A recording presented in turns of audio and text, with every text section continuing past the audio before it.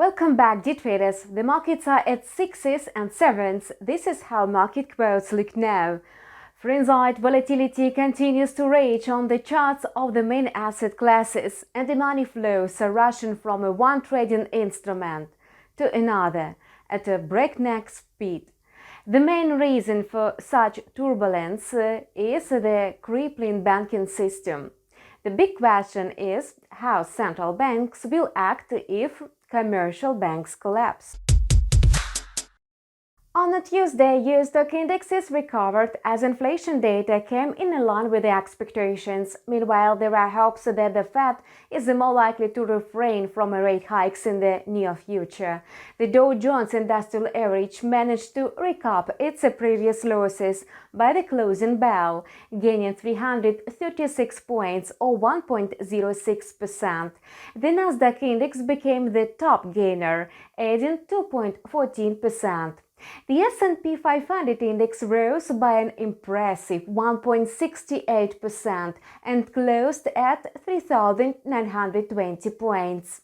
Major US stock market indexes started the new trading day extremely weak. The three most widely followed indexes in the United States lost all of Tuesday's gains and were down by 1.4 and 1.9%. The main reason for the drop was the fear of a contagion in the banking sector. US economic data could improve market sentiment. However, the day offered only a high volatility, and market sentiment may drastically change by the end of the trading session today.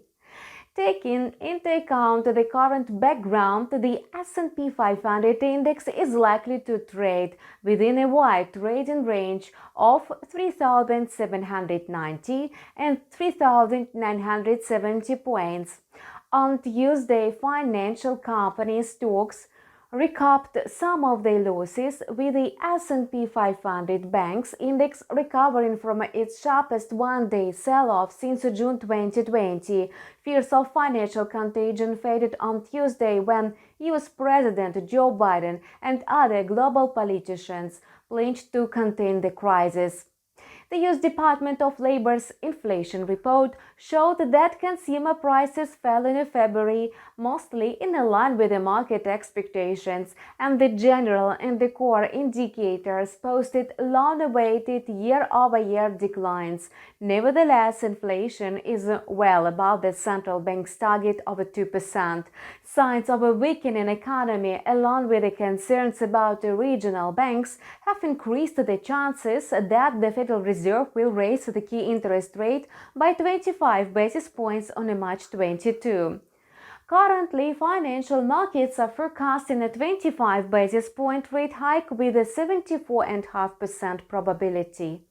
All 11 major sectors of the S&P 500 closed the trading day rising, with the communication services index showing the largest increase.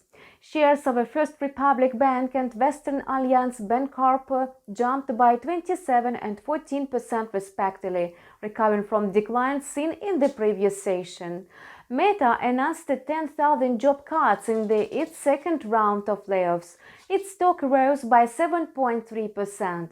Competing ride-hailing apps Uber and Lyft surged by 5 and 0.6% respectively after California State Court resumed the vote allowing companies to treat drivers as independent contractors rather than employees. Shares of United Airlines dropped by 5.4% after the commercial carrier unexpectedly projected losses for the current quarter. On Wednesday, the US market showed signs of turbulence, and stock index futures lowered by 1 and 2%. Investors were cautious as Credit Suisse shares plummeted by 21.95, nosediving an all-time low after the biggest investor said it could not provide additional financial assistance to the lender. In addition to new concerns about the Credit Suisse, another reason for continued worries in Europe was the European Central Bank. Reportedly, it may make a significant interest rate hike of half a point at the meeting on Thursday. If the ECB keeps the rate unchanged and the Fed follows suit next week, the fears about further bank turmoil will be dispelled until March 22. Shares of recovering U.S. banks resumed their downward trajectory. JP Morgan, Citigroup, and Bank of America dropped by 1.2 and 2.3%. In addition, by the time the exchanges opened, the volatility of the U.S. Treasury bond market remained at its highest level since the last major bank crash in 2009. On a Wednesday, the two-year bond yield was about 4.3%, still 80 basis points lower than a week ago. At the same time, it's a half of a point above Tuesday's low. On a Wednesday, Apple supplier Foxconn said that demand for smart home electronics was expected to decline slightly this year, as it reported a 10% drop in the fourth quarter net income on a yearly basis. As for more optimistic news, the OpenAI startup announced that it was launching a powerful AI model known as a GPT-4 with the images and the text input when searching. Today, the macroeconomic data offers a rather optimistic outlook on the future of the U.S. economy. U.S. producer prices inched down by 0.1% month-over-month in February, following a sharp 1.2% increase in January. The market forecasted a 0.3% increase in the index. Another piece of good news for supporters of the Fed's rate hike pause. U.S. retail sales slipped by 0.4% in February, following January's 3.2% increase. The figure beat market expectations of a 0.3% drop. Excluding motor vehicles, sales were down by 0.1%, and excluding gas and motor vehicles, sales were unchanged. On the other hand, core retail sales, which exclude cars, gasoline, building materials, and the food services relating more to the consumer spending components of a GDP, and rose by 0.5%. As you can imagine, the data could support traders' optimism about the Fed's dovish reversal.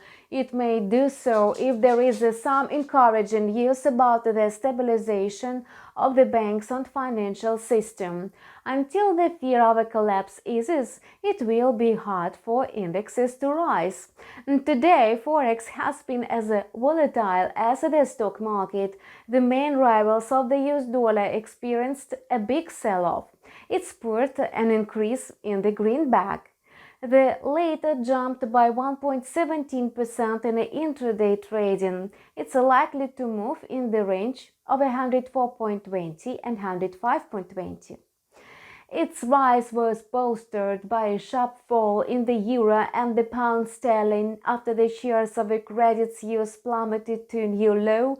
Concerns about the European banking sector have increased significantly. The pound sterling lost 0.6%, while the euro fell by 1.7%. Currencies are now extremely vulnerable to any news related to the financial sector. The ECB will announce its rate decision tomorrow. Analysts expect the regulator to undertake a 50 basis point rate increase. The move, which could have bolstered the euro earlier, now raises concerns about the future of the EU financial system. Central banks will have to address other issues, excluding sky-high inflation and the risks amounting. So, they need to be really careful when making monetary policy decisions. Historically, bank runs and credit crises signal deflationary periods, and this is why investors are betting on a pause in the tightening cycle. Yet US banks have received fiscal support, which could prevent the domino effect. However, no one can be sure. Therefore, high volatility is likely to persist until Thursday and the announcement of the ECB's key rate decision. The Canadian dollar dipped following the recovery of the greenback. and the USD CAD pair lost its early gains. It added 0.5%, trading near 1.3760. It's expected to move in the price corridor of 1.3690 and 1.3820 today.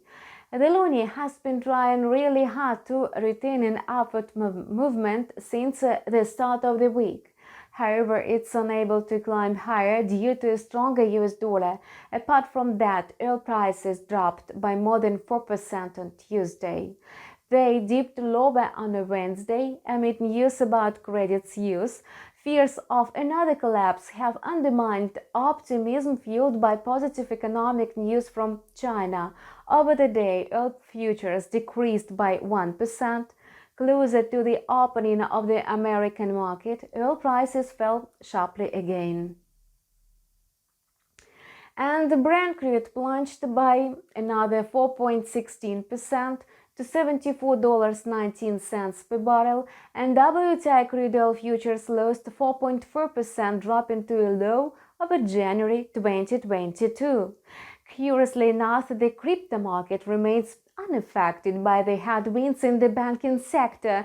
The main coins managed to settle at the support levels, although Bitcoin moved quite far from the previous intraday high of $26,000. It consolidated at $24,800 today. Ethereum desperately tried to settle at a high of $1,700. Although the BTC price has fallen below the 25,000 level again, it's still 27% higher than the last bank's low.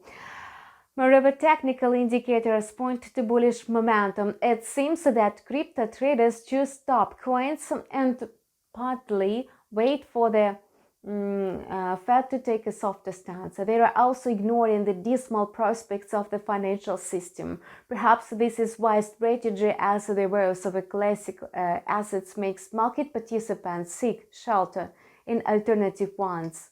This assumption seems quite solid given the fresh news. Coinbase reported that it would allow customers in Singapore to transfer funds to and from their accounts through local banks, simplifying one of the ways to invest in digital assets.